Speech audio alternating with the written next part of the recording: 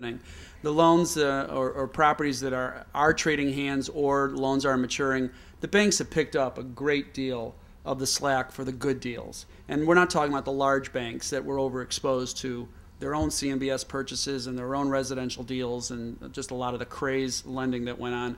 But the banks, the community banks, below the radar, you know, we're doing a lot of business in and around Chicago with banks that are not from Chicago. Indiana banks, Minnesota, and Wisconsin. So I think the banks have picked up a lot of the slack. And as Bill says, the life insurance companies, the ones that didn't get out of control and have staffs to make loans, they have been making loans, and they continue to get, you know, more and more back into the market, and their pricing has come in considerably in the past, you know, 4, 5, 6 months.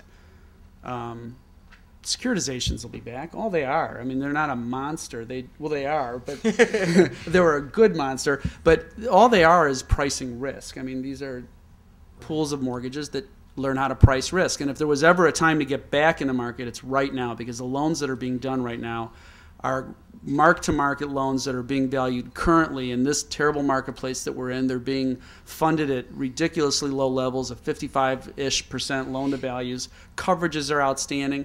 And the first securitizations that are going to happen, remember Nomura, are going to come back in with 5 to, what, 6, 7, 8 points of profitability like back in the day when they first, and that's where the profit is. So, well, we're just in a complete state of illiquidity right now, as you guys all know, and your economics and just reading the constant barrage over the past 18 months of the news in the world and the banking industry and all the lenders out there who used to support our efforts in lending.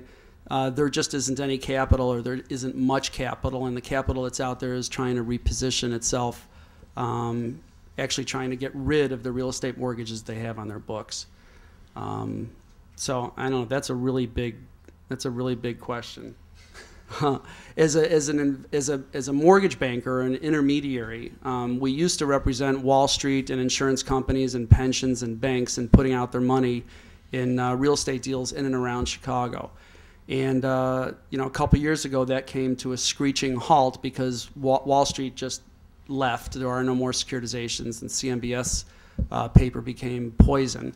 The banks found out that they had way too much exposure to deals with the economy going down, that the banks had way too much exposure to residential deals and all types of real estate deals that they were being told to stop lending on, and that they were going to have troubles, which, as you can see, a lot of banks have troubles. And life insurance companies found that, that because their stocks have tumbled, their percentages in real estate mortgages were way out of whack, so they stopped lending, and many of them also in turn were trying to dump some of the real estate mortgages. So, you know, internally that's what happened to the lenders, to put it really brief. But what happened externally is all these mortgages that are coming due from people who placed them, you know, 5 and 10 years ago on their shopping centers or office buildings or whatnot, had nowhere to turn to replace those maturities. So there's just been a huge amount of pressure in a very illiquid marketplace. I don't know.